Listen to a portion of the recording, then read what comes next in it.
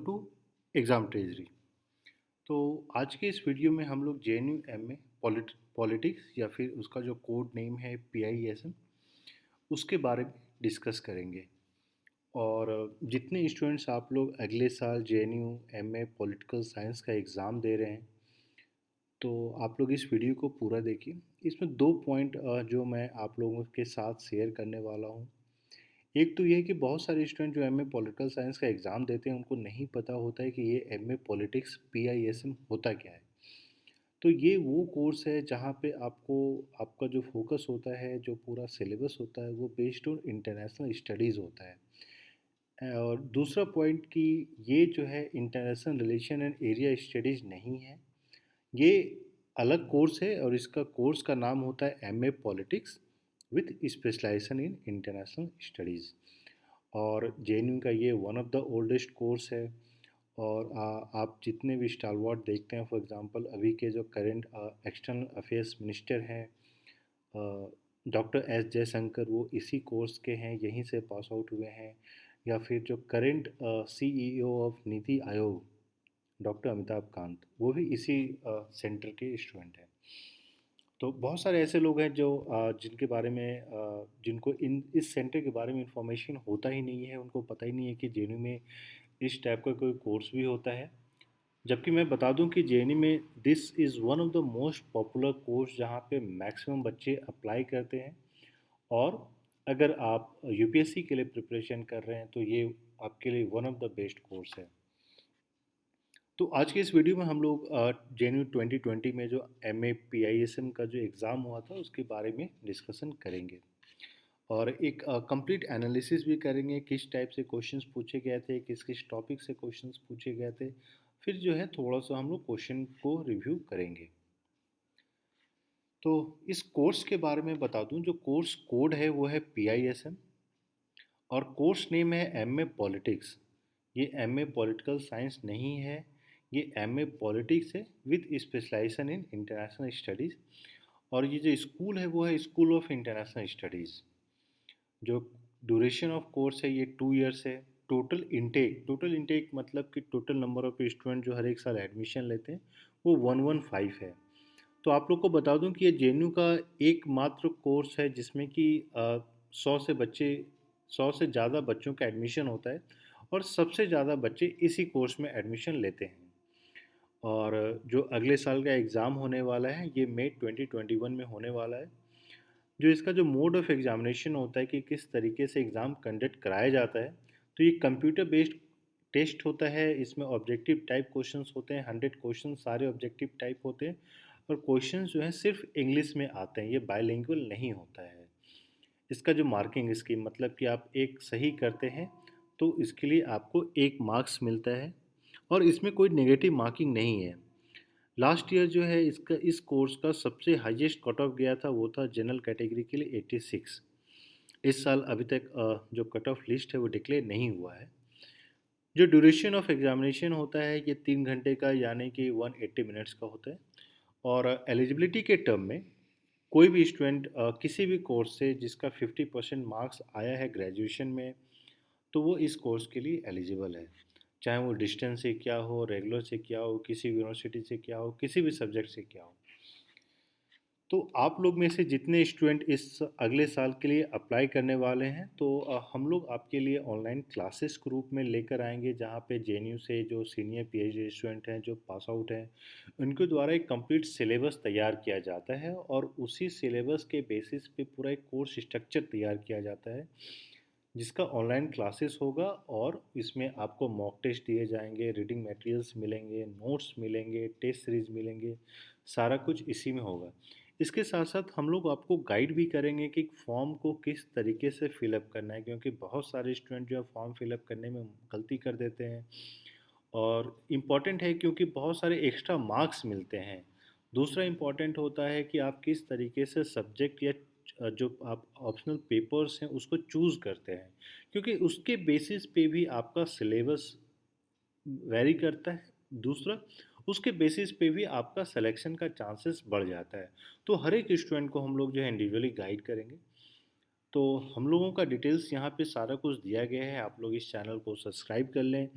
और ज़रूरत पड़ने पे आप लोग हमें कॉल या मैसेज कर सकते हैं। और एक गूगल फॉर्म का लिंक है जो यहाँ पे भी दिया गया है, और वीडियो के डिस्क्रिप्शन में भी वो सारे लिंक आपको मिलेगा। आप वहाँ पे जाके प्लीज़ गूगल फॉर्म है उसको रजिस्टर कर लें, सो दैट कि वी कैन कॉन्टैक्ट यू, और आप लोग भी हम लोग के साथ कॉन्टैक्ट कर सकते हैं। और सारा डिटेल्स जो है, आप लोग किसी भी यूनिवर्सिटी में अप्लाई करने वाले हैं तो we are here to guide you. और आप लोग अगर अगले साल यूपीएससी प्रीलिम्स की प्रिपरेशन कर रहे हैं तो हम लोगों ने आपके लिए टेस्ट सीरीज भी बनाया है प्रीलिम्स के लिए, उसके लिए भी आप रजिस्टर कर सकते हैं। रजिस्ट्रेशन का लिंक यहाँ पे दिया गया है। और 2019 का क्वेश्चन पेपर अगर आप देखना चाहते हैं तो यहाँ पे लिंक दिया गया है, ये लिंक है यहाँ पे जो है, आप जो है लास्ट ईयर की सारे सब्जेक्ट से क्वेश्चन पेपर प्लस आंसर की को देख सकते हैं। और इस साल का जब ऑफिशियल आंसर की रिलीज़ हो जाएगा तो भी हम लोग सारा इस लिंक पे अपलोड कर देंगे। और कभी भी कुछ भी क्वेरी हो तो आप यहाँ पे 2 नंबर दिया गया है, आप इस पे कॉल या मैसेज कर सकते हैं। तो आइए देखते हैं पैटर्न ऑफ क्वेश्चन। तो लास्ट ईयर से अगर आप कंपेयर करते हैं तो लास्ट ईयर जो है अराउंड 80 क्वेश्चंस पूछे गए थे, और इस साल जो है पैटर्न में बहुत ज़्यादा डिफरेंस आया है। पैटर्न में पहला तो हम लोगों ने क्या किया है कि टोटल जो 7 टाइप्स हैं उनको लिस्ट आउट कर दिया गया है। जो एमसीक्यू है, एमसीक्यू मतलब कि आपका एक स्टेटमेंट दे दिया गया या सवाल पूछ दिया गया, उसके 4 ऑप्शन हो गए, तो उसको हम लोगों ने एमसीक्यू के रूप में दर्शाया है। और मैक्सिमम क्वेश्चंस वो आप बोल सकते हैं कि सिंगल लाइन आंसर या सिंगल वर्ड आंसर टाइप जो थे, तो वो 26 थे। उसके बाद जो हाईएस्ट नंबर था वो मैच द फॉलोइंग था, जहाँ पे मैच द फॉलोइंग में आगे बताएंगे कि किस किस टाइप के मैच द फॉलोइंग से क्वेश्चन पेपर भी आपके साथ शेयर करेंगे। तो match the following total 20 question पूछे गए थे। उसके बाद पैसेज आया था जो कि 20 क्वेश्चन थे। लास्ट ईयर का अगर आप 2019 का क्वेश्चन पेपर देखिएगा तो टोटल एक ही पैसेज पूछा गया था जिसमें से 10 क्वेश्चंस पूछे गए थे। लेकिन इस बार जो है टोटल 4 अलग अलग जो है 5-5 क्वेश्चंस पूछे गए थे। लेकिन एक जो था कि एक ही पैसेज को 2 बार पूछा गया था और उसी से 5-5 क्वेश्चंस पूछे गए थे। तो टोटल ऐसा नहीं कि 4 अलग अलग पैसेज थे, टोटल 2 ही अलग थे लेकिन उससे 4 टोटल 20 क्वेश्चंस बनाए गए थे। दूसरा जो एक अलग टाइप का था वो है स्टेटमेंट क्वेश्चन। और देखिए यहाँ पे आपका स्टेटमेंट वाले क्वेश्चंस भी थे और असर्शन रीजन भी थे। असर्शन रीजन में क्या होता है कि जो पहला स्टेटमेंट है उसके सपोर्ट में दूसरा स्टेटमेंट होता है, और आपको वेरीफाई करना होता है कि वो सपोर्ट रीजनेबल है कि नहीं है। लेकिन स्टेटमेंट टाइप के जो क्वेश्चंस होते हैं वो टोटली इंडिपेंडेंट स्टेटमेंट्स होते हैं, उसमें कोई लिंकेजेस नहीं होता है। और आपको ये बताना होता है कि पहला स्टेटमेंट करेक्ट है, दूसरा करेक्ट है, दोनों करेक्ट है, दोनों गलत है। तो बेसिकली जैसे जितने लोग आप लोग यूपीएससी का प्रिपरेशन कर रहे हैं तो उसमें आप लोग देखते हैं आता है कंसीडर द फॉलोइंग स्टेटमेंट, फिर उसके बाद 2 स्टेटमेंट दे दिया जाता है, और फिर पूछ दिया जाता है one only, two only, both one and two, neither one not two. तो इस टाइप के क्वेश्चंस भी पूछे गए थे, और उसके नंबर्स भी काफ़ी हाई थे, 13। एसर्शन रीजन तो आप लोग जानेंगे। उसके बाद मल्टीपल स्टेटमेंट्स। मल्टीपल स्टेटमेंट्स जो 8 थे। मल्टीपल स्टेटमेंट किस टाइप का था?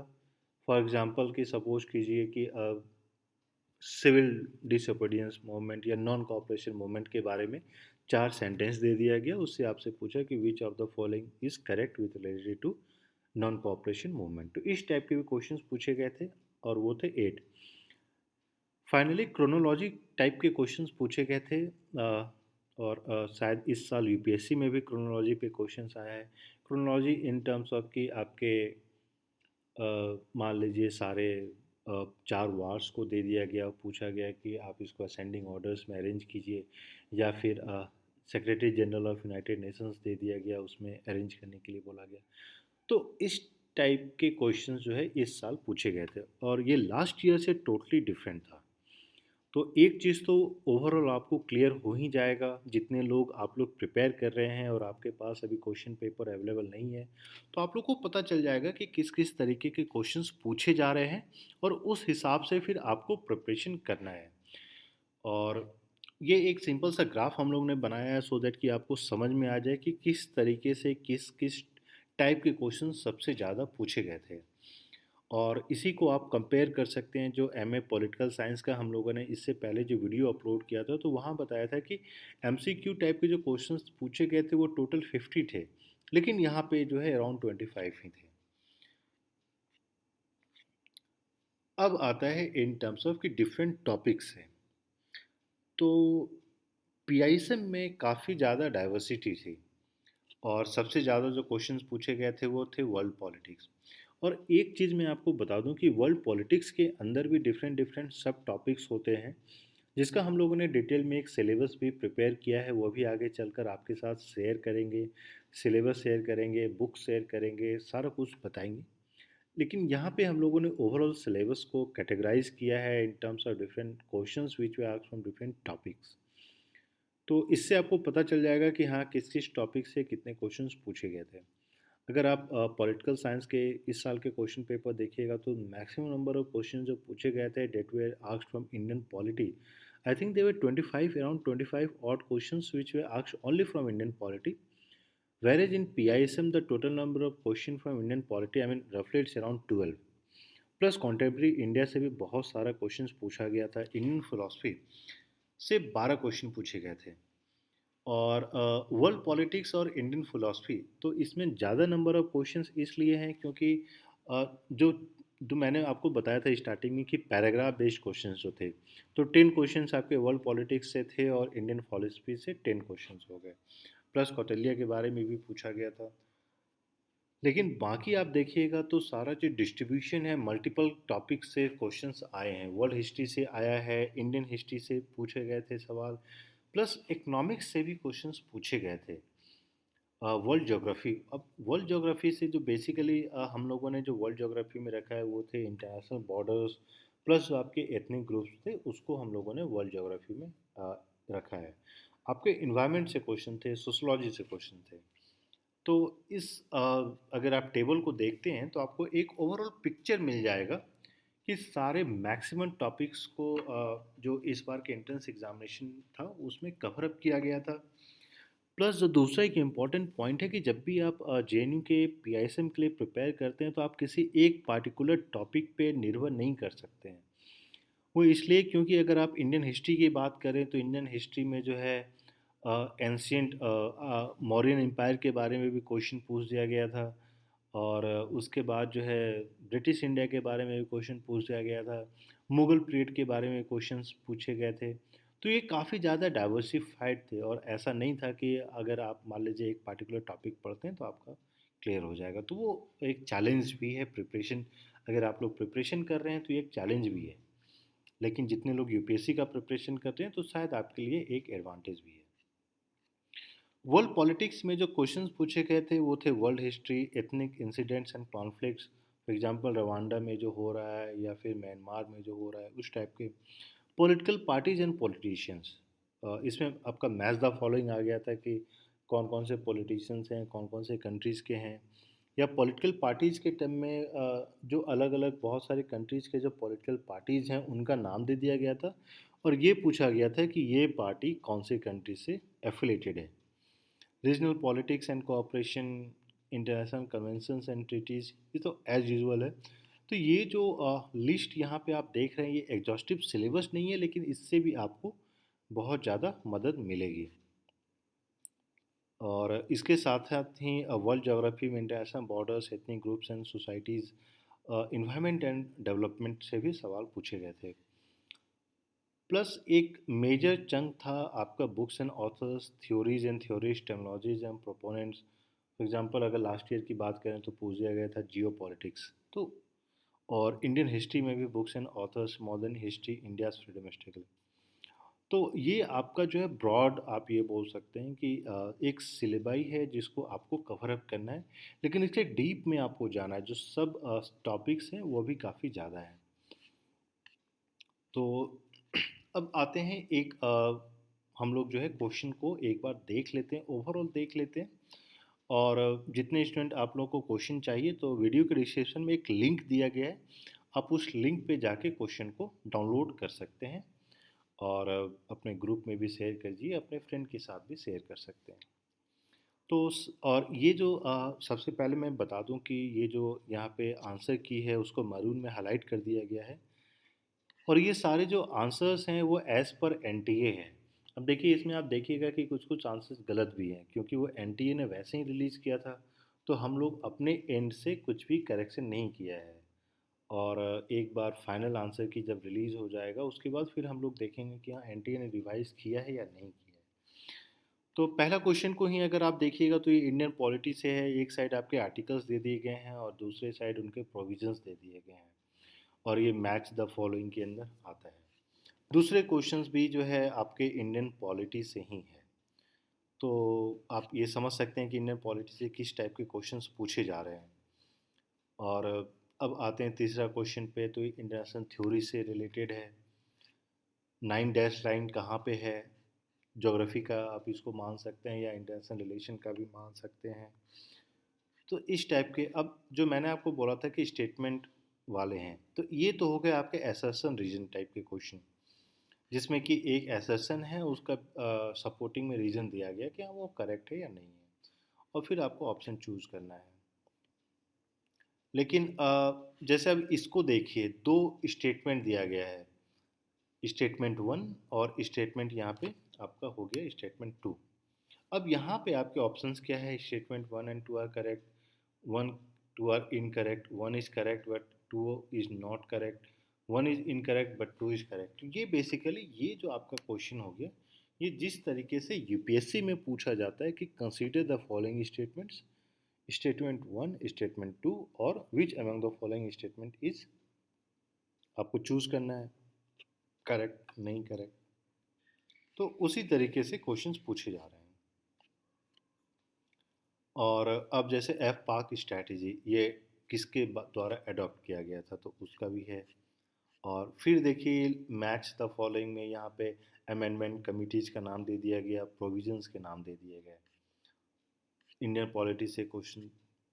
फिर ये आपका दे दिया गया कि कौन कौन से इंटरनेशनल इवेंट्स हुए हैं, या ग्लोबल जो एक कैंपेन रन किया गया था, या कमिटी बनाई गई थी, या इनिशिएटिव लिया गया था, और वो कब कब स्टार्ट किया गया था, उसमें आपका मैच द फॉलोइंग दे दिया गया। तो इस तरीके से भी क्वेश्चंस आपके पूछे जा रहे हैं। जो मैंने आपको बोले थे बुक्स एंड ऑथर्स, तो यहाँ देखिएगा बुक्स के नेम दे दिए गए और ऑथर्स दे दिए गए, और आपसे पूछा गया कि कौन कौन सा करेक्टली मैच्ड है। और इंडियन, अगर आप देखते हैं कॉन्टेम्प्रेरी इंडिया के कॉन्टेक्स्ट में, तो इंडिया श्रीलंका के रिलेशनशिप के बारे में, जहाँ पे आप देखते हैं कि इंडियन पीस कीपिंग फोर्स जो है इंडिया राजीव गांधी ने भेजा था जाफाना में फॉर फाइट अगेंस्ट एलटीटी, तो वो भी दे दिया गया। प्लस यहाँ पे आप देखिएगा कि पॉलिटिकल लीडरशिप के बारे में पूछा गया है, और वो कौन से कंट्री से एसोसिएटेड हैं वो पूछ दिया गया है। अब यहाँ पे देखिएगा तो ये पार्लियामेंट के बारे में पूछा गया है, बेसिकली जो एमपी एमएलए का सिलेक्शन होता है उसके बारे में, तो इंडियन पॉलिटी से। तो आप देखिएगा कि ये जो हो गया आपका मल्टीपल स्टेटमेंट टाइप का हो गया। तो एक साइड तो Indian polity match the following भी है, एक साइड आपका Indian polity multiple statement type भी है। तो दोनों तरीके से आपको चीज़ों को कवर अप करना है। प्लस देखिए ये आपको दे दिया पॉलिटिकल पार्टीज के नेम, और ये ईयर ऑफ फॉर्मेशन दे दिया गया। तो आप देख पा रहे हैं कि जब भी आप प्रिपरेशन कर रहे हैं तो कितना डाइवर्सिफाइड एरिया से चीज़ों को कवर अप करने के लिए आपको कहा जा रहा है। और इसीलिए हम लोग जो है टोटल ऑनलाइन क्लासेस लेकर आ रहे हैं, सो दैट कि सारे टॉपिक्स को हम लोग एक लाइन से कवर अप कर सकें। क्योंकि इंडिविजुअली देखिए क्या है कि इतनी सारी चीज़ें हैं कि आपको टाइम ही नहीं मिलेगा कि कौन सा छूट गया कौन सा रह गया, किसका नोट्स बनाएं किसका नोट्स नहीं बनाएं। इसलिए हम लोग अपने एंड से जो जितने सीनियर पीएचडी स्टूडेंट्स हैं सारे लोगों ने मिलकर क्वेश्चन पेपर को एनालाइज करके कॉम्प्रिहेंसिव नोट्स बनाया है, जहाँ पे आपको ना सर्च करना है, ना ये देखना है कि ठीक है इसमें कौन सा इम्पोर्टेंट है कौन सा इम्पोर्टेंट नहीं है।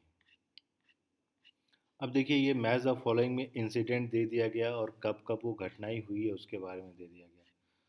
तो इस तरीके से क्वेश्चंस पूछे जा रहे हैं। तो आपको जो है इस तरीके से सारी चीज़ों को करना है। प्लस देखिए इंडियन पॉलिटी फिर से आर्टिकल और उसके प्रोविजंस या सब्जेक्ट्स। अब ये जो है national judicial appointment commission is not a constitutional body. Statement 2 supreme court of India declare 99th constitutional amendment act as unconstitutional and void. अब तो इस टाइप के भी क्वेश्चंस आपसे पूछे जा रहे हैं, जहाँ पे आपको इसका करना है। तो आपको अब देखिए ये हो गया जहाँ पे आपके जो है क्वेश्चंस पूछ दिए गए हैं आपके हिस्ट्री से भी बोल सकते हैं या मॉडर्न इंडियन हिस्ट्री से भी बोल सकते हैं। और यहाँ पे पब्लिक सर्विस कमीशन यूपीएससी का इस्टेब्लिशमेंट सेपरेट इलेक्टोरेट इसके बारे में भी दे दिया गया है। तो ये इंडियन पॉलिटी का भी पार्ट हो सकता है और मॉडर्न हिस्ट्री का भी पार्ट हो सकता है। अब यहाँ पे क्वेश्चन दे दिया है सेकुलरिज्म इन इंडिया। तो ये ओवरऑल जो सवाल पूछे गए हैं ये इसी तरीके से पूछे गए हैं और आप जो है इसको आराम से देख सकते हैं। और यहाँ पे आप इसको क्वेश्चन पेपर को डाउनलोड कर लीजिए। जैसे यहाँ पे आप देखिएगा कि बुक्स के नेम पूछ दिए गए हैं, तो आप लोग जो है प्लस यहाँ पे आप देखिएगा जो इकोनॉमिक्स से क्वेश्चन आए थे कि जो आपके शेड्यूल बैंकिंग स्ट्रक्चर का है उसको स्ट्रक्चरल फॉर्म में करना है। या यहाँ पे आप सत्याग्रह रिवोल्ट ट्रेजेडी रिजोल्यूशन इसको जो है क्रोनोलॉजिकल ऑर्डर में अरेंज करना है। तो इस टाइप के भी क्वेश्चंस आपसे पूछे गए हैं, तो आप लोग डिटेल में इसको एनालाइज कीजिए। क्वेश्चन पेपर को आप लोग डाउनलोड कर लीजिए जितने लोग अप्लाई कर रहे हैं, क्योंकि देखिए जेएनयू में इस सब्जेक्ट का कंपटीशन बहुत हाई होता है और जितने बच्चे यूपीएससी का प्रिपरेशन करते हैं तो वो लोग श्योर शॉट इसमें इस सब्जेक्ट में अप्लाई करते हैं। तो जितने लोग आप लोग अप्लाई कर रहे हैं आप लोग प्लीज़ रजिस्टर कर लें, सो दैट कि we can guide you each and every step. और कहीं भी दिक्कत होती है तो आप लोग हमें कॉल या मैसेज कर सकते हैं। और इसका जो है रजिस्ट्रेशन का लिंक जो है वीडियो के डिस्क्रिप्शन में दिया गया है। And we are happy to help you in each and every form. और आपको कोई भी दिक्कत है तो आप लोग कॉल या मैसेज कर सकते हैं। Thank you and all the best.